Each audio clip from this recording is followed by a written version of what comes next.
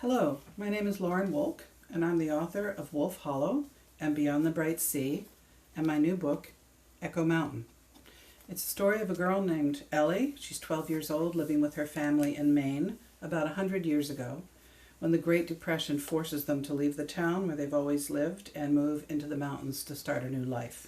They're very poor and cold and hungry and afraid, but Ellie really rises to the occasion, leading her family into a wonderful new and very adventurous and exciting life, but also dealing with many problems they face and disasters that befall them, and in the process finding out how strong and brave and resilient and resourceful she really is.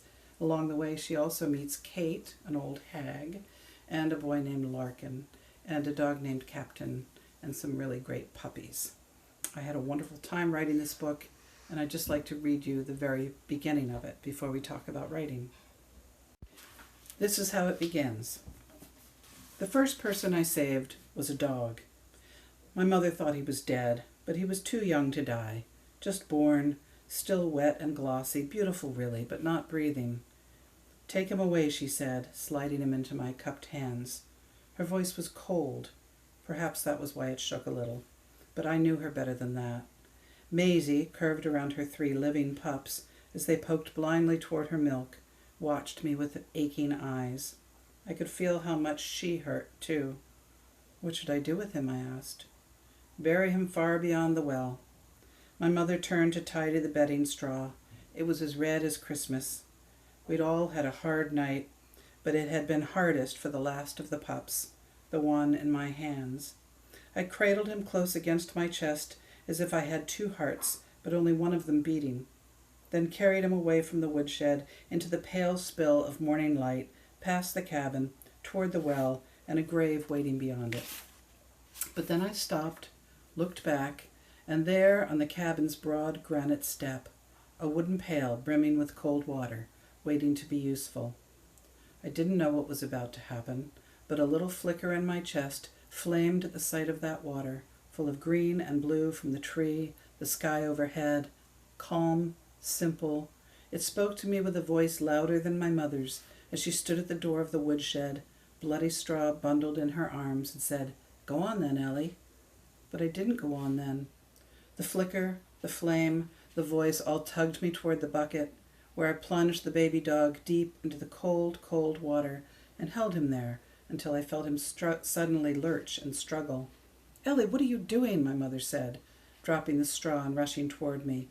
But she stopped and stared when I lifted the dripping, squirming pup and pulled him back against my chest. "He's not dead," I said, smiling. "Not dead at all," which made my mother smile too for just a moment. "Then he's yours," she said, turning back for the straw. "See that you keep him that way." That's the very beginning of a book I love to write. And now I'd like to just talk to you for a minute about the book, the stories that I hope you will write.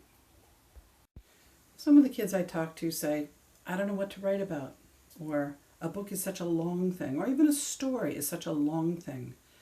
It feels daunting. It feels like a mountain that you need to climb, when in fact, it's very simple.